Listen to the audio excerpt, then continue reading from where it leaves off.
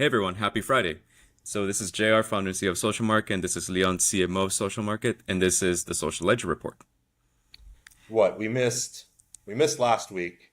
We did. We've been busy. Chalked it up to coming back from consensus and then Memorial Day long weekend. I'm actually in Mexico, so Yeah. I I love your wanted to background, make by the sure we way. did this. Oh yeah. I can only imagine the view from there. Oh no, it's Yeah. great. So this week, we have a couple of things to go over. We have three stories. We try to condense it so, maybe some of our viewers can follow along with us. But the first thing that we want to talk about is Farcaster. If those of you who don't know, Farcaster, it's like a crypto decentralized form of Twitter.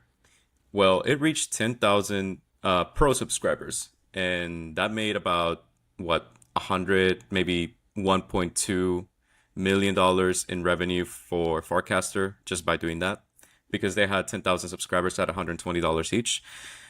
So that's the first story. The second story we want to cover is Sui liquidity pool. This hack happened last Thursday, the 22nd, but there were a couple of updates this week. So we want to go over those for anyone who's affected. And lastly, yesterday was the 29th as of this recording, and that was the Bitcoin conference. So that's pretty big. I think a lot of like the people, a lot of the news that happened because of or correlate to the Bitcoin conference. So want to cover that a little bit more. But before we get into it, just consider subscribing, give us a follow, give us a like, share it to your friends. We want to spread the word of what we're doing here at Social Ledger Report. But before we get into it, do you have any other questions or thoughts you want to share, Leon? No, I want to talk some Farcaster. I want to learn on the other stuff and then cover Bitcoin conference on. Let's jump into the Farcaster. Yeah, totally. So first things first, our first story today is the Farcaster Pro subscription. So found this on Twitter, like everything. So here it says, if we ask people to subscribe with credit cards, we'd lose $45,000 in fees. We used USDC on base and paid $10. So remember how I said they made over $1.2 million in revenue just from the 10,000 people who subscribe in their platform? All of that was in USDC. And I really wanted to highlight this post because, I mean, why wouldn't you pay in USDC? If you're a Web3 company, if you're a Web3 product, you should be paying in crypto because that's part of the ethos of what you're building. We have some companies releasing products and they still require people to pay with debit and credit cards. But so the one challenge there that I see though is like, we were talking about this earlier. It's like a FOMO thing. Everybody has a credit card. Everybody has a debit card. USDC is still a little bit. It's not impossible to get, and it's actually getting easier and easier. But this is kind of like the validation point for it. Like I think everybody's worry before was just kind of like it was like if you didn't accept PayPal on your SaaS app, your app just wouldn't get as many transactions. And Yeah, I that's a think good this point. was the same thought. Everyone was just kind of like, if I don't accept debit card and credit cards, our crypto based app or Web3 based app in some way is not going to get people to sign up because the barrier to entry is so hard. But I think this breaks it in so many ways and shows that getting stable coins is relatively easy these days and transferring them has gotten much clearer and 10,000 people did it like in the snap of a finger. So it's a really big validation point for not only Farcaster but also for this like future of stable coins as a payment method across the internet. Yeah, totally. So one thing I'll say right now, not to get ahead of myself of a story that's coming up later, but Ross Ulbricht actually showed up in Bitcoin conference this week. He said how, mind you, if you don't know who Ross Ulbricht, then, too long, didn't read. He started the Silk Road when Bitcoin was worth like a couple of dollars, maybe even cents. He came back, after Donald Trump pardoned him, he spoke at Bitcoin conference. He said that back then in 2013 or right around that period, the only way you could get Bitcoin was through, one exchange or in person with someone who was like super duper familiar with that stuff, which back then was as rare as unicorns are. So point being is now he said that you go to any app, any crypto app, and there's always a button to buy Bitcoin. So in to your point, Leon, maybe we're gonna start to see that now. Maybe because we're starting to see the convenience of having paying with crypto over paying with traditional debit and credit cards, that is gonna go a long way. People are only going to start to integrate it in their applications or products as soon as it becomes easier to do. Kind of like with PayPal. Yeah. Oh Because yeah. now you can do 100%. PayPal. Yeah, you can do PayPal with anything, for the most part, if people still like PayPal. So Yeah. Well, like it or hate it, PayPal is a staple of the internet, and it is trusted. But it is. I I really see this as two validation points for Web3 and crypto as a whole. It's a validation for stablecoin payments, and then it's a validation for Farcaster, which is Yep. massive in both parts. But again, man, 10,000 people just jumping on that, like, I know everyone says like economies and scale, not every business has to be 500 million people, overnight. 10,000 people paying $120 a year with, almost no overhead on that, like, is huge. And then also, you talk about credit card fees. Hmm. There's bills working through Congress right now to strip away credit card rewards and all of that. Like, Yep. the world might be shifting away from this traditional finance system and really embracing stable coins more and more.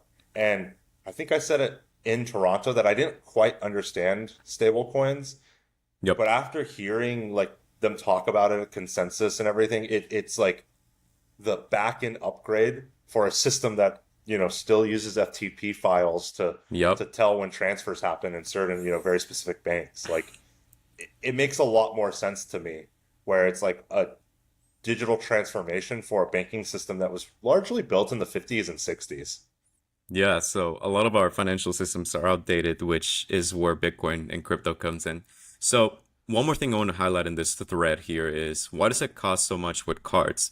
Um, Credit card fees are about 2.9%, transaction fees are 30 cents per item, and chargebacks are typically 0.6%. Card networks return half of these users as card benefits and pocket the rest as fees.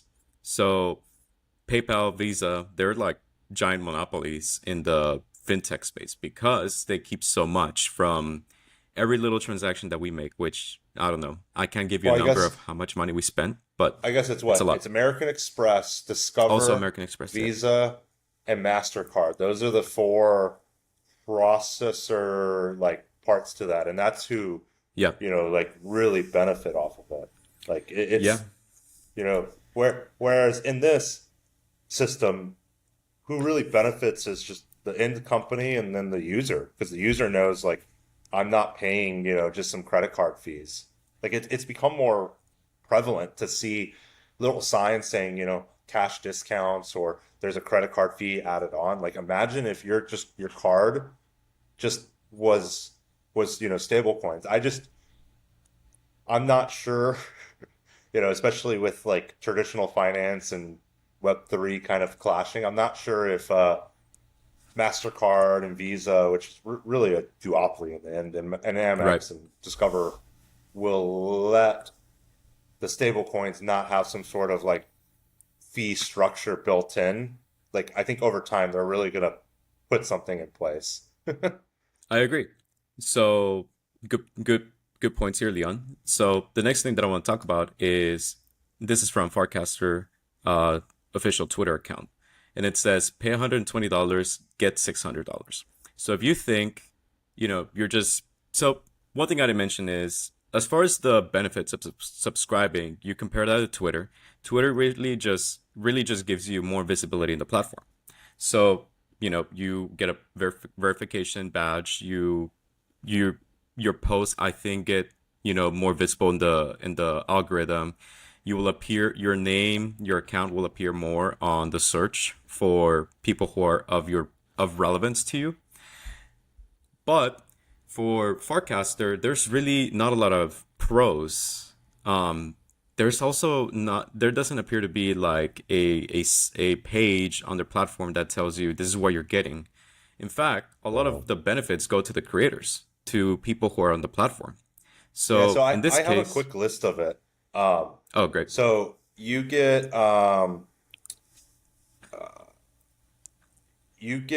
features such as 10,000 character casts, the ability to upload 4 images per post, and then Okay.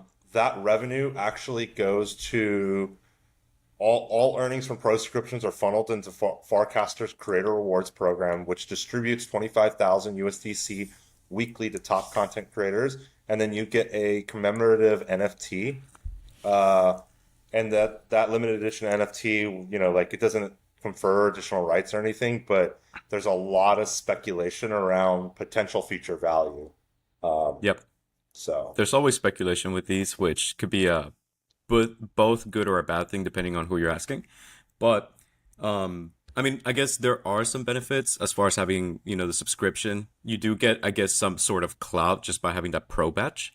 But aside from that, it's not like you're getting pushed more visibility or growth within the algorithm. They don't announce that, they don't highlight that. So that's probably the only issue I would have with subscribing because, if I'm paying for something, I would like to at least increase my visibility with people on the social platform. But I mean, that's not a bad thing either because at least with Farcaster, they had an airdrop for 600 tokens, it looks like, or 200,000 pro coins, which seems to be the Farcaster token that is only given to, people who are part of the subscription, or at least the first 10,000 people. So more on this. Um, this is actually Farcaster. This is the UI, the app that is Farcaster. May look a lot similar to Twitter if you look at it. So this post here highlights that introducing the Procoin, the community-led governance token for Farcaster Pro users. All 10,000 NFT holders are eligible for an airdrop. So right there, if you have that NFT, which is only given to you if you were one of the first 10,000, you automatically had the value to, be a recipient in this airdrop. The token will be untransferable until 500 pro users claim. In order to get the mandate as a community token, we need broad support. To claim, quote-cast this post with a text ratifying Procoin governance. All 10,000 NFT holders are eligible, but the first 500 claimers will receive 5 times the allocation. So, kind of weird logistics here happening, not very clear, but they're trying their best to make some sort of hierarchy for true holders, true believers of said, I guess Farcaster in this case. So, what do you think, Leon? I we'll see. Most of the value and the most of my understanding right now of it is really just like the stable coin and that this is a huge win for this social I'm blanking on the word for it, but The social network Farcaster? yeah, but the social protocol Okay, yeah. like we've talked about DeSo, we've built stuff on DeSo, but this is like a very good validation point for Farcaster in the in the social protocols. Like it, Yep. it's just a huge thing for them. Outside of that, the rest of this, like these drops in values and all of that, like I think it's hard to say. Like people will pay $120 a year just for a badge. Like in some Yep. places, like I've seen it on Tumblr. You can get a verified badge for like $80 a year or something. So people just do it sometimes. People spend a Yep. ton of money on Fortnite skins. Like, Yep. Just cosmetics. there's yeah, like there's no play to win. And to some regard, I like that you don't get a boost in the social feed by paying. Like Okay. I Like it think that doesn't there's feel a pay to win-ish. fairness to, yeah, it's like I don't mind pay to win to some extent, but Makes sense. like also I understand it. It's like a way to filter for bots and all of that. Like we'll have to see how Farcaster does. Like they don't have those scales where moderation and those problems are a thing yet. Yep, that's a good point. So more on this Procoin, and this will be the last talking point for this story. So Procoin, if you go on Farcaster, you can look at tokens. So here's the Pro token, and what's really neat is you can have like a widget access to your own wallet. So here on the bottom right, and I don't know if you can see it on my screen when I'm sharing, but Yeah. Procoin, it's about a penny or 0.001, so about a tenth of a penny. And this is the performance for the last day, but in all time that it's been released, it's been going down by 21%. So I mean, it's a relatively new token. We would see what happens. Give it a week, maybe give it some time and see where it is. But I wouldn't be surprised if the token goes down immediately, because this is just people exchanging it or liquidating their token. So this is very common. We'll see what happens with Procoin. We'll see what happens with Farcaster. But I'm very bullish on Farcaster because the Coinbase team seems to be very vocal about it. When I say the Coinbase team, I mean Brian Armstrong himself, Jesse Pollack, which is their Web3 head. He's part of the executive board as well, and he is more for on-chain governance, Web3 governance. And then, the whole team just seems to be doing a lot of PR for them, which seems to be working out for them. Yeah. Great. So that's pretty much the end for Farcaster. So the next thing that I want to talk about here is Sui. So if you guys were affected by the Sui, hack, which happened on one of their apps, I actually found a good video that kind of goes over that at a high level. I don't use Sui as much, so that's why I'm not able to talk much about it. But I do keep track on all these things. Sui, it's like its own layer 1, and it seems to trying to do like the whole Solana and Ethereum thing, where you can build apps on it. You can, build things with this token, with this blockchain. So I found this video on TikTok, and this is from Crypto Wendy O. She's a pretty big streamer. Yeah, she's pretty active on YouTube and on Twitch. I think YouTube actually. So here she talks about the video. She talks about the token being hacked on her video. Is allegedly hacked. If you are holding Sui, make sure to watch this entire video. Like and drop me a comment with your thoughts. Sui is a very well-known, popular blockchain. It's currently number 11 on CoinMarketCap. It's basically a really good competitor of Solana and Ethereum, layer 1. According to Cointelegraph and other sources on X, CETUS, main LP provider DEX on Sui, allegedly hacked. 11 million in Sui drained from Sui/USDC pool, with most tokens down 75% plus. Those are empty. Other sources are saying that the amount that was hacked is about $200 million. So please note, this is not Sui. These are projects built on Sui that were using this liquidity pool. Easy from Binance is saying that they're there to help Sui. Other sources say that it was Sui's Foundation treasury that was attacked, but no actual users were attacked. However, there's a lot of chatter about people saying that their portfolios have completely dropped, that are holding different Sui projects. The Sui price is fine right now. I'll have more for you later on. So that's pretty much it as far as her coverage. Key points to take away: it was not the users directly who were affected, but the liquidity pool, which does have the earnings of these users.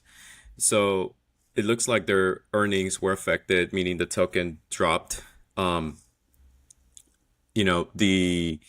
The app that was hacked is called CETUS Protocol. Was actually a post about them came out just this week saying that it will actually be able to refund the affected liquidity pool that had the user funds. CETUS Protocol to refund 100% of the hacked user funds following the Sui community vote. So they do have like a form of governance on their ecosystem, which if people vote, things can happen to the whole ecosystem that affects every user. So on this other story, Sui Foundation is providing CETUS with a secured loan as part of the plan to quickly compensate user losses in full. What's interesting is it doesn't look like individual users were affected, but rather the liquidity pool. So I'm guessing that's where most of the funds would be allocated to. So Sui Foundation was actually the ones who provided the loan to CETUS Protocol, which is what's causing the whole network to be affected. However, the CETUS team will use these loans to proceed together with the assets from the treasury to cover losses from the stolen funds that have been bridged out of the Sui network. This loan will allow CETUS to cover losses beyond the CETUS, I think that's how I'm pronouncing it, CETUS could fund on their own. These funds apply only to cover the bridged assets and are separate from the frozen funds subject to the on-chain community vote. These are extraordinary measures taken to protect the Sui community, taken together with the on-chain community vote proposal. A full recovery is possible. Sui Foundation stands strong in efforts to support its members. So the reason why we want to highlight it too is because this is pretty rare. This doesn't really happen on DeFi protocols, on Web3 ecosystems as a whole. And I think I think Sui recognizes that because, I mean, first of all, I don't think we've had a massive issue like this happen on Ethereum or Solana before. I think Solana maybe it's just, mind you, Sui is a VC-backed blockchain, so it is pretty centralized, despite the claims for it to be decentralized. But, if they're able to somehow help their users and make them happy, then I think, that's something that other ecosystems should do as well. Because, again, this just doesn't happen very often. Do you have like an idea of this happening to any other blockchains, Leon, as far as I know? Or as far as you know? I've seen and heard of like smaller set stuff, like, Right. but nothing that pops into mind, any other place. Okay. Yeah, so this happened, about a week ago. Were you going to say something? Sorry. No, I'm just trying to think. I feel like it's had to have happened in other places. Well, there was that here I just asked ChatGPT. Okay. So this looks like it has happened. Poly Network 2021. Oh, with like Ronin Polygon? Brit the Ronin, yeah, It's for Wormhole. gaming. Yeah, the Axie Infinity game. Wormhole. I remember Wormhole. Well, I remember Um, actually as well. yeah, I guess I remember it as Axie Infinity game versus the Ronin Network. Safe Moon, that was a really, really recent one. They SafeMoon took was a scam, however. So, you know, but scam. What is this one comparatively? Like this was an actual hack. based on what it looks like, someone just got access into the liquidity pool funds and just withdrew it, and that affected Mm, everyone's value and holdings on Sui, which, if you compare that to, I mean, I guess that's a very similar scenario that happened with Axie Infinity, which ever since yeah. that happened, Axie Infinity has had like a, all the traffic they would get has gone down comparatively. I remember that, so I should have mentioned that. Yeah, and then the last one was Nomad Bridge, which it was that misconfigured smart contract. I remember that one, where Okay. it resulted like multiple actors drained the funds, and that was like $200 million. So I guess this is a pretty common thing, um, in these liquidity pools, and then also just these smart contract flaws. Like, Yes. um, Smart contracts, yes. yeah, and I think most of them are private key compromises where people just like Hmm. the private keys controlling the liquidity pool or just like the part. And then also I know a lot of times the bridge vulnerabilities when they're across chains, they're often targeted due to the transfers on them. That makes sense. Yeah, I mean, I know for a fact, these kind of hacks happen all the time, but as far as liquidity pools, I wasn't sure how common it was. I know smart contracts too do tend to have their own flaws as well because they're programmable. So, anyone who may have nefarious thoughts about, withdrawing people's funds, I mean, you can always program, smart contracts to do that. If you guys remember, for instance, in the 2020 times, 2021, 2022, MetaMask, one thing that would happen is um, they would send you phishing sites. I mean, ever since then, Yeah. MetaMask released some sort of, safeguard, I guess, for lack of a better word, that tells you, hey, this is a phishing site. But before that, phishing sites existed, and the way you would get your money withdrawn is through a smart contract because you would log in, and guess what? You log in, you give it your recovery phase, and then that's where the smart contract would activate. or would trigger, making it so any holdings you had, which were mainly on Ethereum, they would get withdrawn and sent to another wallet without your permission. So It's the that's wild, one wild example. west. It very much still is. Or I mean, I feel it's improved over time. So we're hopefully going to see this continue to happen. Like as far as improvements, making it more secure, especially now that in the U.S. in the very least, it's getting its much needed, legislation or representation to help protect both consumers and businesses. So that's pretty much what I have to say. And with that, I think that's as far as everything we have to cover with Sui Coin. Do you have anything else, Leon? No, I've got to like understand that a little bit more, but Totally. I've got a little better understanding now. Yeah. So this is probably my favorite story to cover today. It's called it's the overview on what happened on Bitcoin conference. So if you weren't there on Bitcoin conference, this is kind of like us going over everything that happened. But if you were there, we would love to hear your thoughts on the comments and just let us know how it was for you, the conference. So we couldn't go this year because we went to Consensus, but we're actually hoping we can go next year to Bitcoin conference and maybe, talk to anyone who might be in the space. So first thing I want to cover is something that seemed to be a trend, but not only in the Bitcoin conference, but also in Consensus, which is U.S. officials, industry giants signaling turning point for Bitcoin adoption. Even though in Consensus it was more like a general conference for crypto as a whole, like the crypto industry, there were a lot of mentions for Bitcoin as well. And here it looks like, it being the Bitcoin conference, there were more conversations had about how Bitcoin is going to be adopted, and we'll cover everything here in a moment.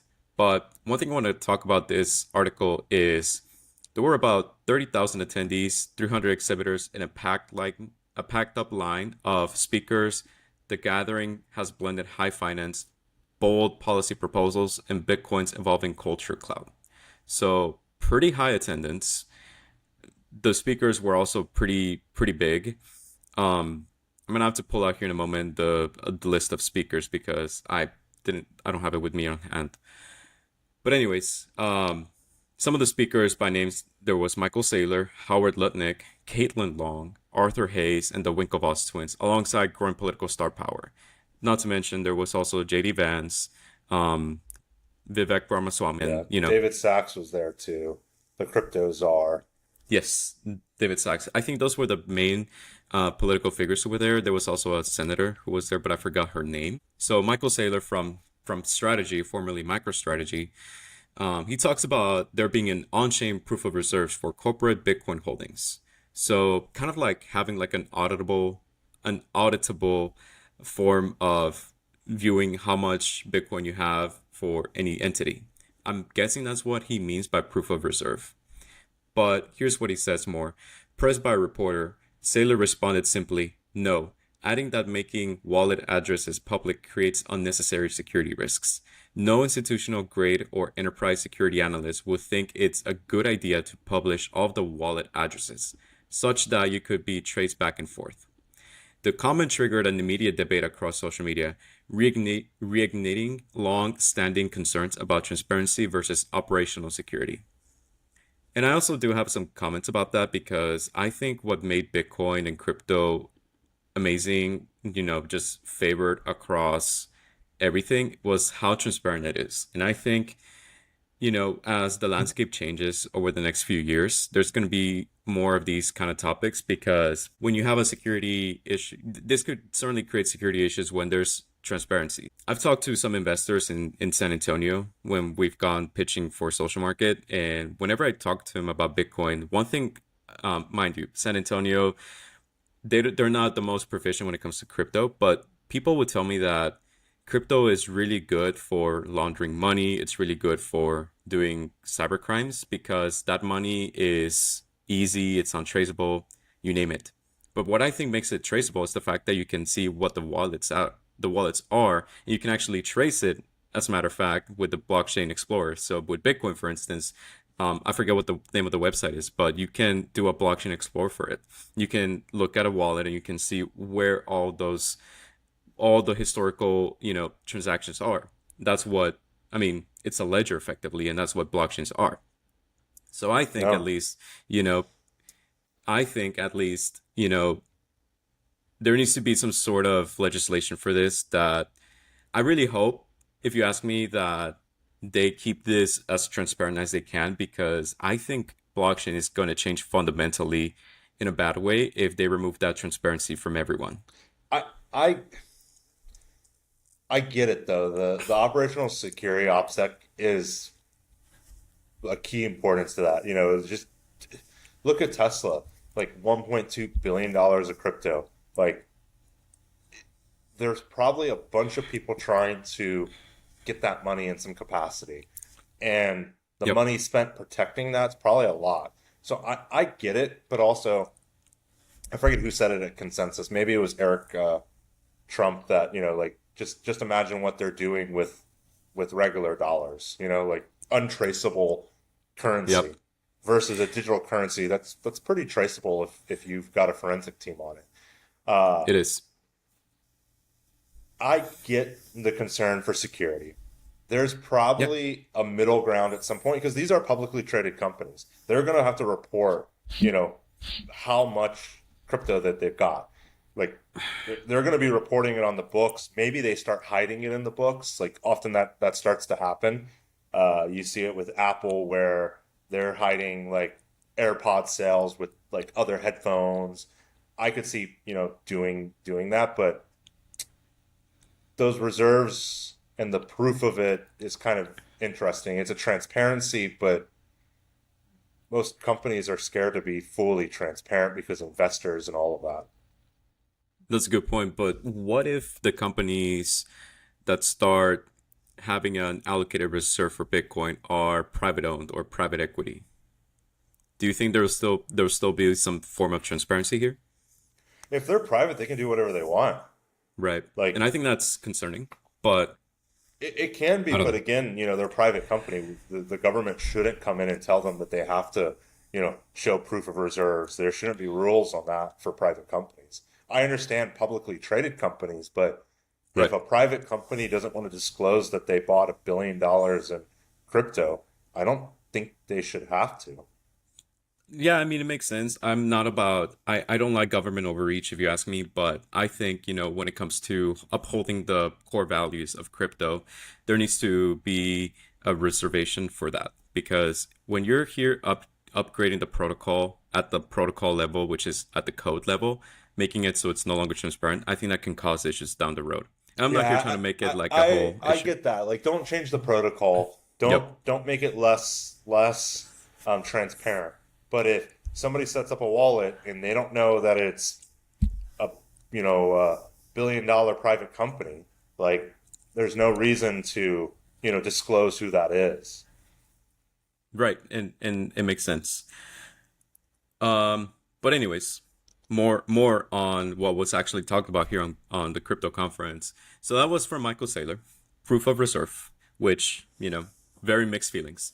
Next one was US may start buying Bitcoin, says David Sachs. In one of the most surprising developments, crypto czar David Sachs hinted that the US government may be exploring Bitcoin purchases.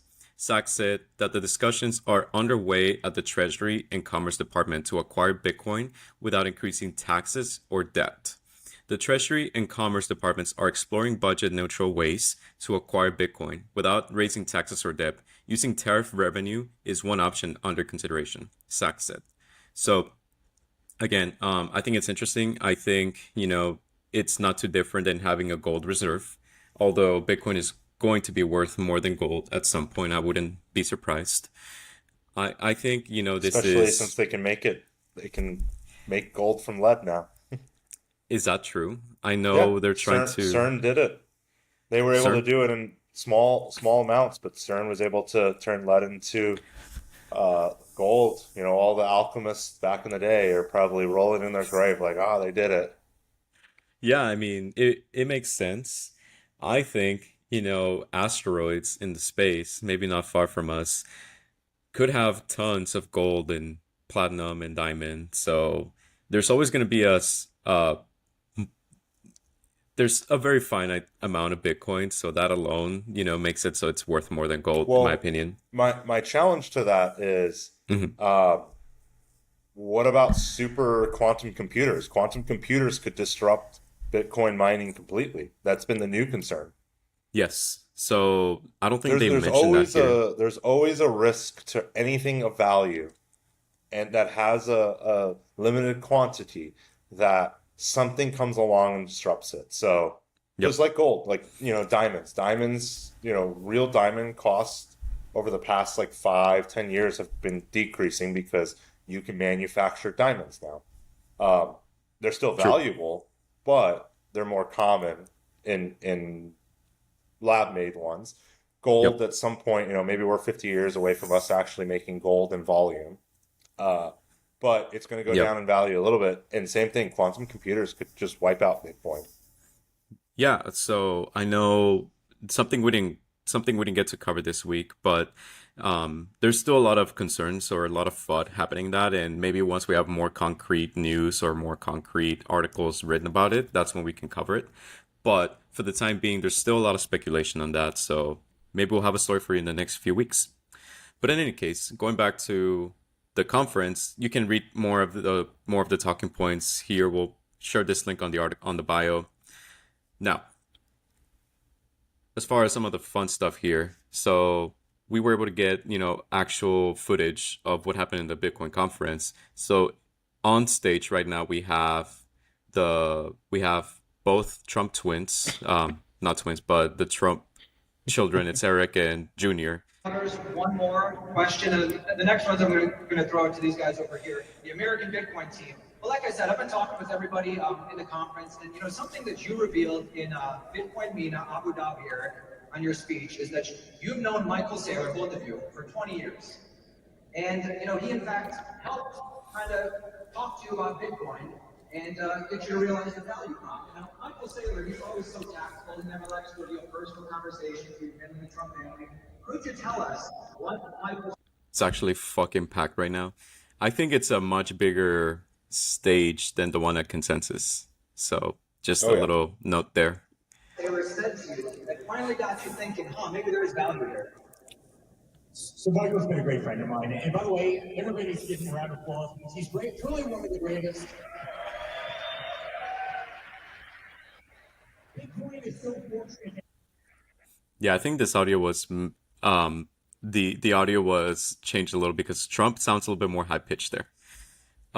Yeah, so pack room, everyone went, and it makes sense when it was in Consensus. I think the stage was a lot smaller, maybe about a third the size of what you saw in that video, if you can kind of gauge it.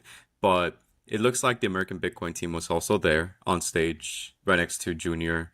And yeah, I mean, this is very bullish. Everybody went to consent to the Bitcoin conference instead of Consensus. So I think most of where the big influencers, most of the traction is going to be in conference in the Bitcoin conference. Just a little side note there. Yeah, bigger speakers too than Consensus in many ways. Like that's it's a different, much bigger venue. There's just a lot more to it, and I think there's free tickets. Like there's just a lot more going on there. Whereas Consensus is a company owned one. It's a different type of conference. I agree. So, so you heard Eric Trump speak a little bit there. Now, this is Vivek Ramaswamy. This is a 30-second video, so gonna cover it a little bit. A very important point from Vivek Ramaswamy at Bitcoin 2025. Bitcoin should be included in school curriculums as part of financial literacy programs. Now, I think that's a very interesting topic to talk about because, I mean, that can open a whole can of worms about just how financially educated people are here in the US. If you're here in the US, you can probably understand. They didn't teach us much about taxes, about, filing for taxes, having financial literacy. They kind of just teach you a lot of things that could help you in college, but not fully in life. So anyways, this is what Vivek had to say. In the game. So what can a governor do to help lead the way to that vision where every kid is able to participate in the magic of American capitalism and compounding, to not be spiteful towards the successful by being successful instead.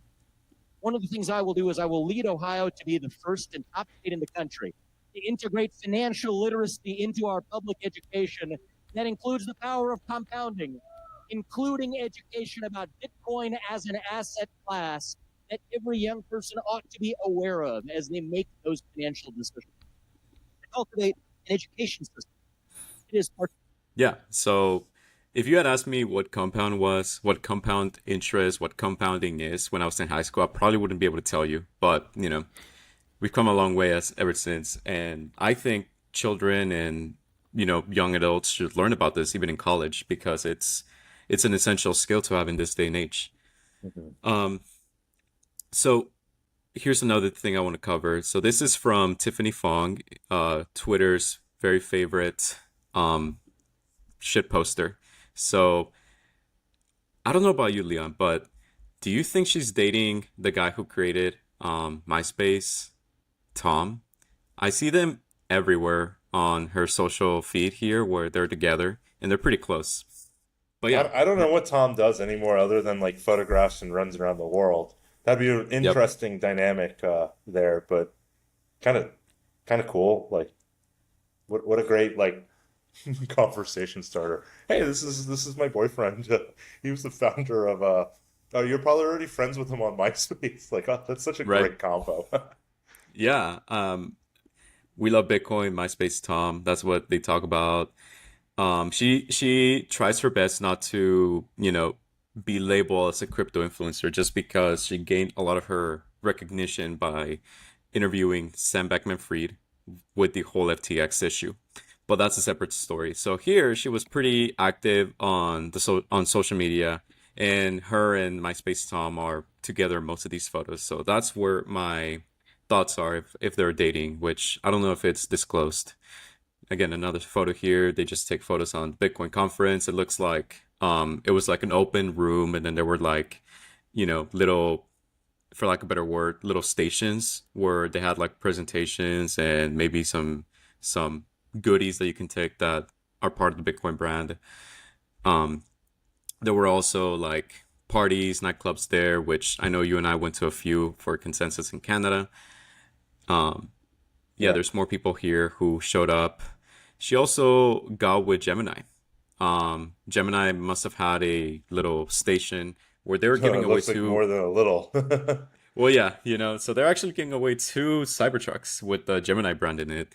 And all you need to do is like sign up for the Bitcoin credit card. So I know we talked earlier, the first story, with using credit cards and stuff. So Gemini actually gives you Bitcoin instead of points, which I think it's pretty interesting. Not financial advice. We're not paid to talk about Gemini, but I actually use Gemini. So, I mean, I think it would be something for me to explore. In any case, she partnered with Gemini and she has her own referral link. So, go check it out if you're interested. And then again, here's Tiffany with MySpace Tom.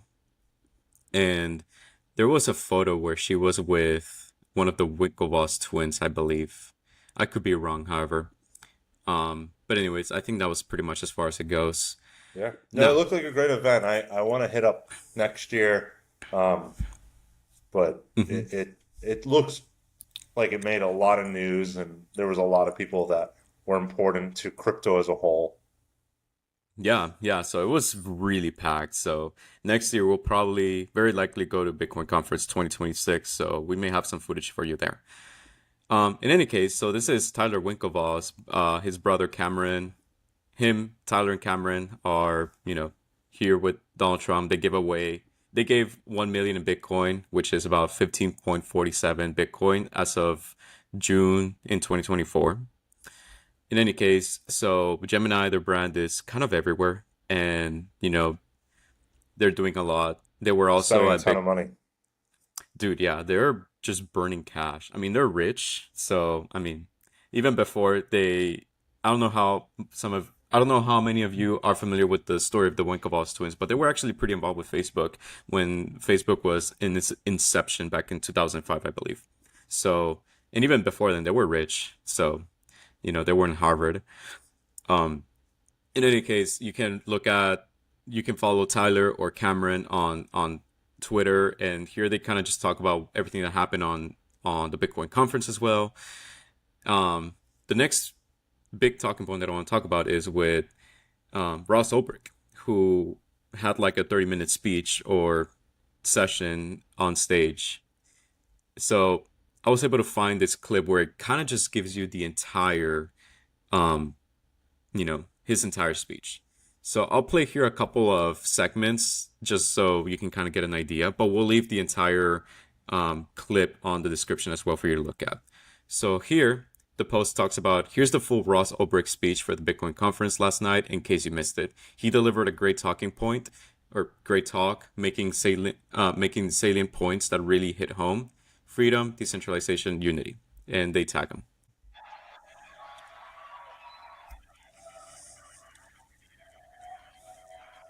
So that's him coming on stage. Everyone is cheering. Huge crowd, as you may have already gauged.